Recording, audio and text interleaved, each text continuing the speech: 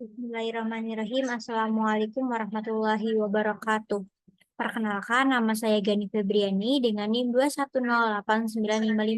Di sini saya akan mempresentasikan eksperimen listrik magnet dan gelombang dengan judul artikel penentuan cepat lambat bunyi pada suhu kamar dengan menggunakan osiloskop.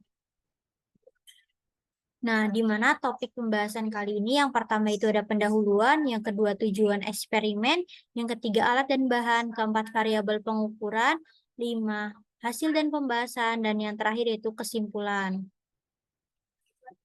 Nah, kemudian untuk awalannya dimulai dari gelombang suara.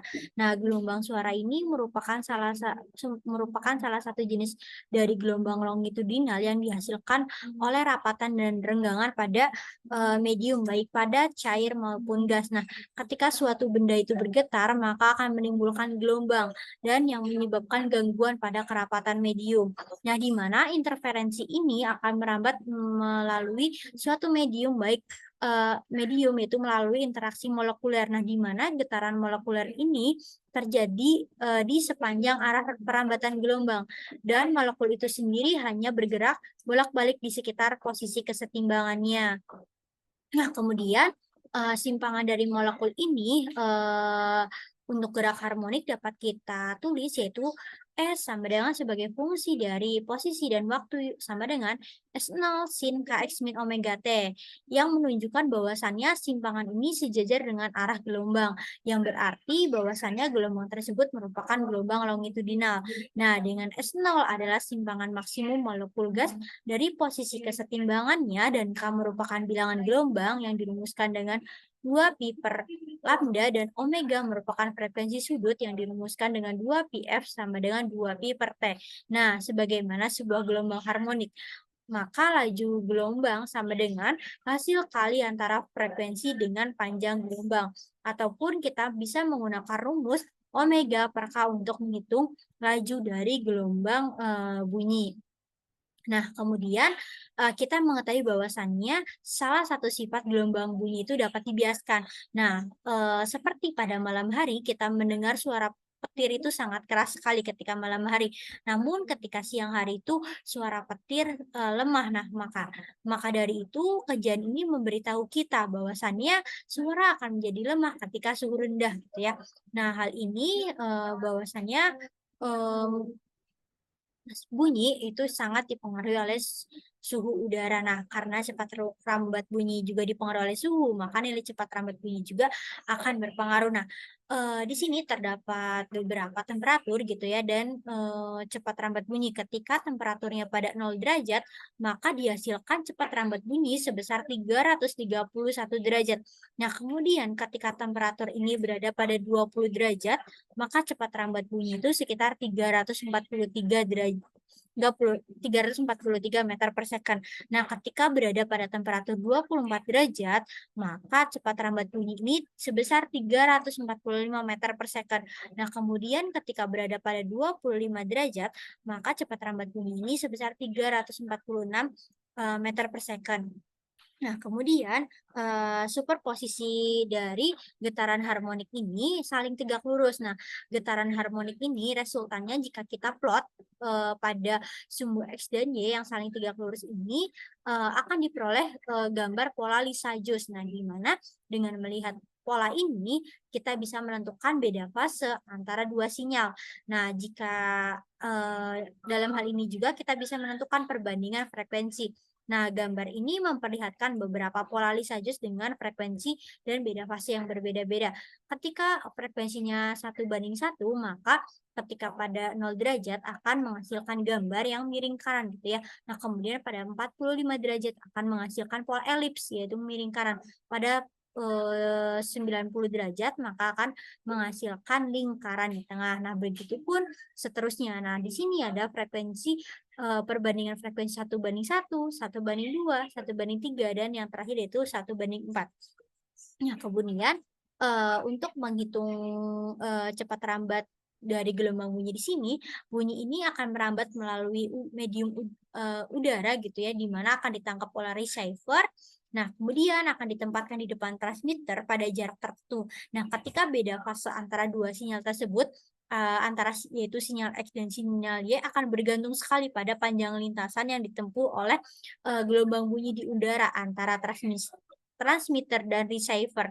Nah, jika panjang lintasan yang merupakan kelipatan dari gelombang bunyi yaitu n lambda, maka layar tampilan pada osiloskop ini akan menunjukkan gambar garis dengan kemiringan positif. Nah, jika panjang lintasan yang merupakan kelipatan dari 2n+1/2 kali lambda, maka layar tampilan pada osiloskop akan menunjukkan garis dengan kemiringan negatif. Nah, dengan demikian, maka perbedaan panjang lintasan antara dua garis lurus ini yang berurutan pada osiloskop yaitu lambda/2. Nah, berikut merupakan skema alat dan bahan yang kita perlukan pada saat menghitung cepat rambat bunyi di udara. Nah, di sini ada audio generator untuk kita memvariasikan frekuensinya. Kemudian ada osiloskop merupakan hasil pola yang tergambar pada osiloskop yang menentukan pola lisajusnya. Kemudian ada amplifier, ada mikrofon, ada speaker, yaitu dan kemudian ada mistar yang untuk kita dapat menentukan jarak antara speaker dan mikrofon. Nah, kemudian untuk alat dan bahan yang diperlukan yang pertama itu ada audio generator, yang kedua itu ada mikrofon, yang ketiga speaker, yang keempat amplifier, yang kelima osiloskop, keenam itu penggaris, dan yang terakhir itu kabel penghubung. Nah, di mana di sini ada langkah percobaan kita untuk menghitung cepat rambat bunyi di udara. Yang pertama yaitu dengan merangkai alat pada skema yang telah tadi saya sebutkan gitu ya. Kemudian kita mengatur set osiloskop pada mode X dan Y. Nah, kemudian pada kemudian pada audio generator ini kita memvariasikan frekuensinya. Nah, frekuensi yang saya lakukan itu dimulai dari 2500 hingga 4000 Hz. Nah, kemudian kita atur amplitudo dari sinyal input sinusoidal sedemikian hingga pada layar tampilan osiloskop ini nampak seperti gambar elips. Nah, kemudian kita pasang speaker pada dudukannya dan kemudian meletakkan pada rail dengan posisi tetap. Nah, dipasang pada dudukannya dan letakkan pada rail sedemikian hingga kedudukannya mikrofon terhadap speaker itu dapat kita ubah-ubah. Nah, kemudian yang keempat itu menggerakkan mikrofon menjauhi speaker sambil memperhatikan layar tampilan osiloskop. Dan yang kelima itu mengukur jarak antar mikrofon dan speakernya ketika layar tampilannya menunjukkan gambar garis miring kanan ataupun miring kiri. Nah, yang terakhir itu kita memvariasikan frekuensinya dengan melakukan beberapa kali percobaan. Nah, di sini bisa 5 kali percobaan. Namun yang saya lakukan itu 4 kali percobaan.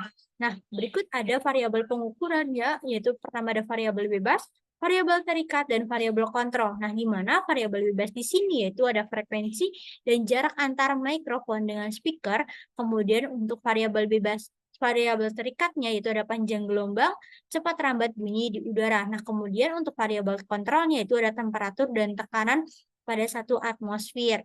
Nah, berikut ada hasil dan pembahasannya pada percobaan 1 dengan frekuensi 2500 dihasilkan jarak ketika gambarnya itu miring kanan ataupun miring kiri seperti pada tabel yang saya tampilkan berikut. Nah, pada frekuensi 2500 diperoleh cepat rambat bunyi di udara itu sebesar 342 meter per second. Nah, kemudian kita olah menghasilkan nilai ketidakpastian sebesar 8,37 meter per second. Nah, dengan kesalahan presisi sebesar 2,44% dan kesalahan akurasi sebesar 0,58%. Nah, kemudian untuk percobaan yang kedua kita menggunakan frekuensi 3000 Hz dan diperoleh nilai rata-rata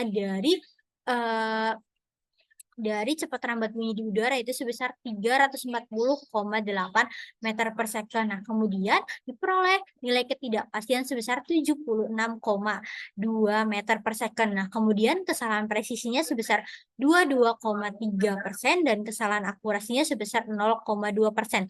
Nah, kemudian untuk percobaan yang ketiga yaitu dengan frekuensi 3500 maka